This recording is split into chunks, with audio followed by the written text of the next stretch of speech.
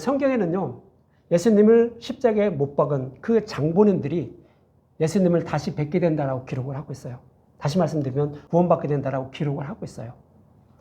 이것을 가장 먼저 설명하고 있는 것이 레위기 7장이에요. 레위기 7장 8절에 보면 이런 말씀을 하고 있어요. 사람을 위하여 번제를 드리는 제사장 곧 그 제사장은 그 드린 번제물의 가죽을 자기가 가질 것이며 그래요. 번제물을 잡아 제사장이 직접 여호와께 드리는 그 제사장이 번제물의 가죽을 가진다는 거예요. 번제물은 또 여러분들 뭐죠? 번제물. 예수님이라고 말씀드렸잖아요. 우리 모든 죄를 지고 십자가에서 대속제물로 죽으시는 예수님의 모습을 그린 것이 번제물이라고 말씀드렸잖아요. 번제물의 가죽은 뭐예요, 그럼? 번제물의 가죽은 창세기 3장에 나오는 말씀이죠. 아담과 하와를 에덴에서 추방하실 때 가죽옷을 입혀주셨다고 해요. 가죽옷은 뭐예요? 짐승의 가죽옷이에요. 그것이 바로 레위기 7장 8절에 나오는 가죽이에요. 똑같은 말씀이에요. 그럼 이 가죽은 뭐예요? 예수님이 입고 계시던 옷을 말하는 거예요. 요한계시록에 말씀하고 있는 빛나고 깨끗한 세마포 옷이에요.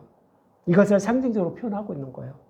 이것을 가지게 된다는 거예요. 누가? 제물을 잡은 제사장이 가진다는 거예요. 다시 말씀드리면 예수님을 십자가에 못 박은 군병들이 예수님의 의의 옷을 나누어 가지게 된다는 말씀이에요.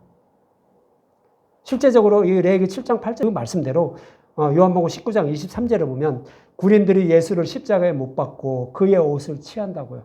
그의 옷을 가진다고요. 세마포 옷을 입게 되는 거예요. 아니 그럼 로마 군병들이 그거 입었다고요? 아니 그 얘기가 아니에요. 영적인 말씀이에요. 내가 십자가에 못 박은 그런 더러운 죄인이었구나라고 알고 깨닫는, 그러니까 복음을 알고 깨닫는 자가 예수님의 의의 옷을 나눠 가지게 된다라고 그런 의미를 말씀하고 있는 거예요. 문자 그대로 보지 마시고. 그래서 요셉은 형들에게 말하는 거예요. 나는 요셉이니 형들이 애굽의 판자라고 말하는 거예요. 형들이 십자가 못 박았잖아. 바로 나야라고 이렇게 말하는 거예요. 복음을 깨달았으니까 이제 그것을 알려주는 거예요. 그렇게 가지가 된다라고 해요. 그렇게 말을 하고 있는 거예요. 아니 그럼 이게 무슨 말이에요? 뭐 그거 구원하고 뭔 상관이 있나요? 이렇게 얘기하죠. 그럼 이어지는 요한복음 19장 37절에 보면 이런 말씀을 하고 있어요. 또 다른 성경에 그들이 그 찌른 자를 보리라 하였느니라. 우리 개역개정에는 좀 이렇게 좀 이해가 조금 어렵게 돼 있어요. 제가 킹제임스 성경으로 다시 한번 읽어드릴게요. 요한복음 19장 37절. 또 다른 성경에도 말하기를 그들은 누구예요?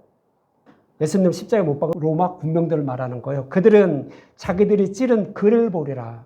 자기들이 찌른 예수님을 십자가에 못 박은 그 예수님을 다시 보게 된다고요. 다시 말씀드리면 예수님을 십자가에 못 박은 자들이, 그런 자들이 구원을 받아 하나님 앞에 서게 된다고요. 그런 자들이 구원받게 된다고요. 다시 말씀드리면 복음의 말씀을 통하여 내가 죄인임을 깨닫고 그런 나를, 예수님이 나를 구원해 주셨다는 것을 마음에 새긴 자, 그런 자들이 예수님을 다시 뵙게 된다, 구원을 받게 된다라고 말하는 거예요. 그런데 이 말씀이 어딘가 기록되어 있다는 거예요. 이렇게 해서 구원받는 거 어딘가 기록이 되어 있어 그래요. 구약에 기록이 되었다라는 그런 말씀이에요. 구약 어디죠? 몇 번 말씀드렸죠? 스가랴 12장 10절의 말씀이에요. 스가랴 12장 10절. 그 이하도 이제 쭉 그 말씀을 하고 있는데 10절만 보는 거예요. 스가랴 12장 10절. 내가 다윗의 집과 예루살렘 주민에게 은총과 간구하는 심령을 부어주리니 그들이 그 찌른 바 그를 바라보고, 그렇죠?